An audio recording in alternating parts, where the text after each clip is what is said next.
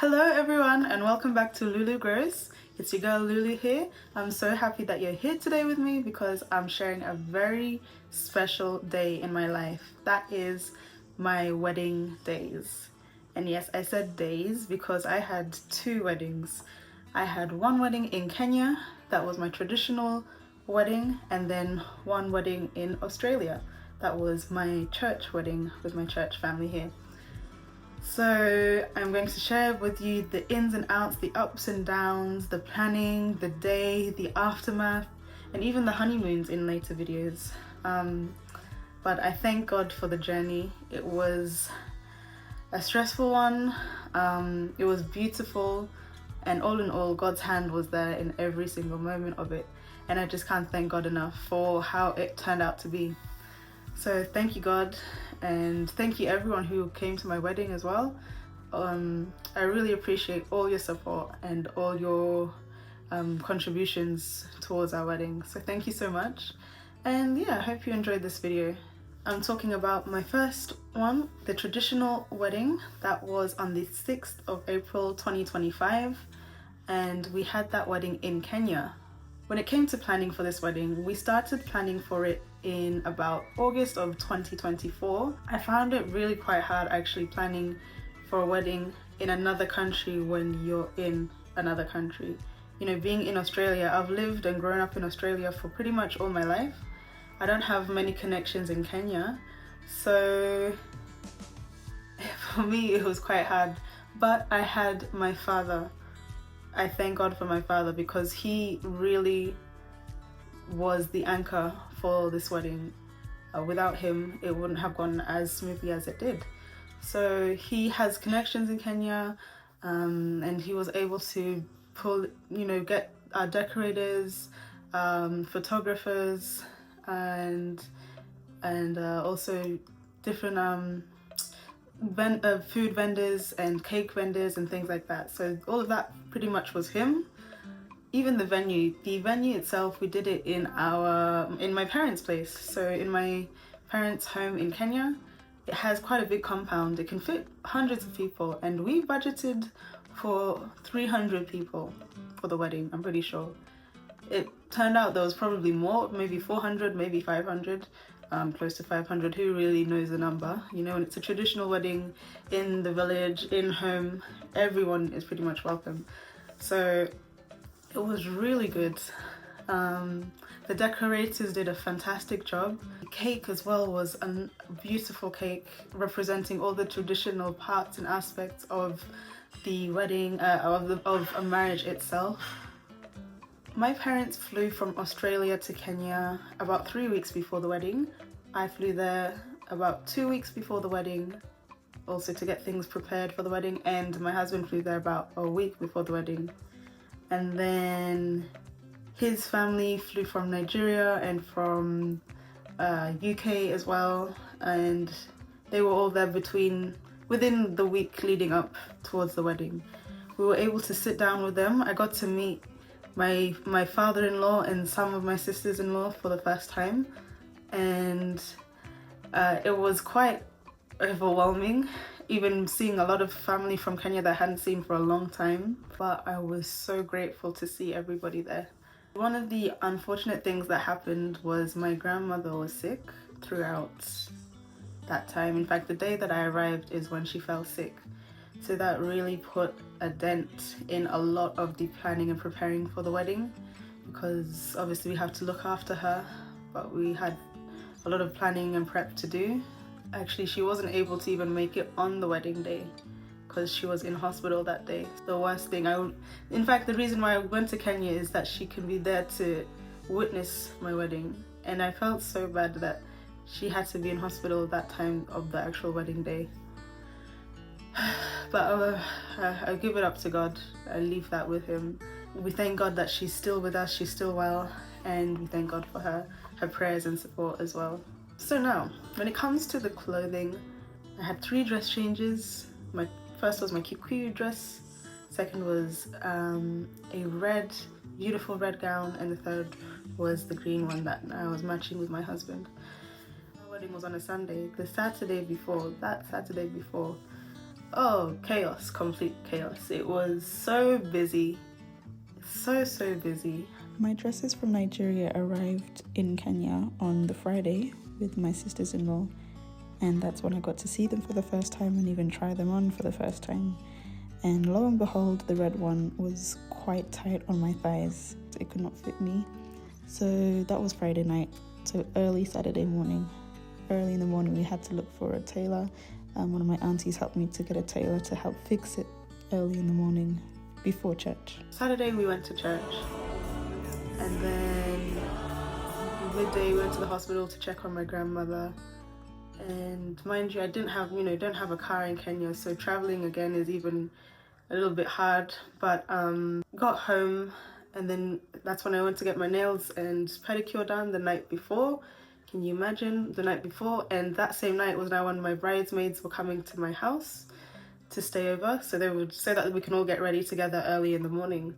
So they came to the house that evening, Saturday evening, prepared where we're all gonna sleep, and we slept. So we were to wake up by 4 a.m. the next morning. Oh, did I even sleep? Maybe about 2 hours I slept, I would say, because by the time I went to bed it was like maybe midnight, after midnight, and I was sleeping in my bed, and every 30 minutes I'll just wake up thinking, oh, it's already 4 a.m, Oh, so I didn't really sleep that night. But anyways, 4 a.m. came, our makeup artists came, they did a wonderful job, fabulous job. They started on each of my bridesmaids and my mother, and I was last. So as we were all getting ready, in my husband's house area, his family was also getting ready, and they were to come now to our house all together. And as the tradition is, the Kikuyu tradition is that the gate is locked. So the gate is locked for them, and they're not allowed in. All the aunties have to be singing. They're singing these songs like, why should we let you in? Who are you guys?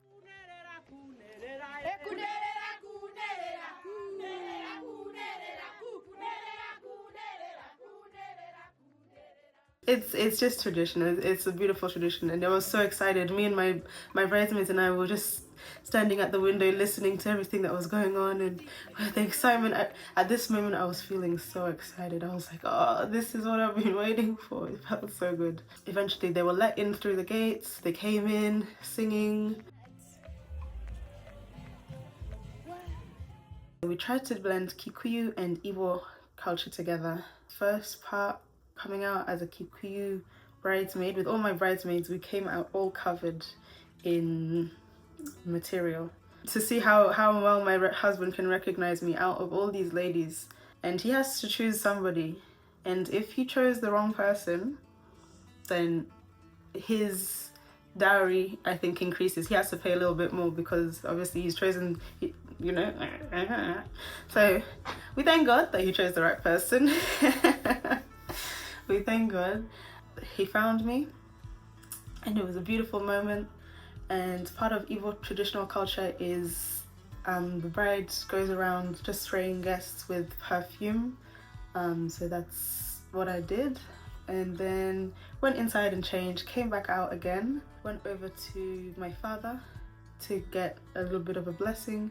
He gives me a wine in a cup, and now I go and find my husband with that wine. He goes to drink it, he drinks the drink, and I come and present him to my father, and there we are together. We get a blessing, and we go to my in-laws and we get a blessing as well. And so that's what we did, and off I went to go and change again. And now I came back again in different clothing, and now the Kikuyu meat cutting ceremony happened. So cutting the shoulder, the lamb shoulder. That again was a wonderful ceremony, but I was learning a lot, and I'm sure many people were learning a lot about that. And they were explaining the different parts of the meat and what they represent. We had to feed each other some of the meat. We are actually vegetarians. Both my husband and I, we don't eat meat, but we did our best. Oscar worthy renditions of me eating. After that, the cake was presented as well. On that day, there was rain.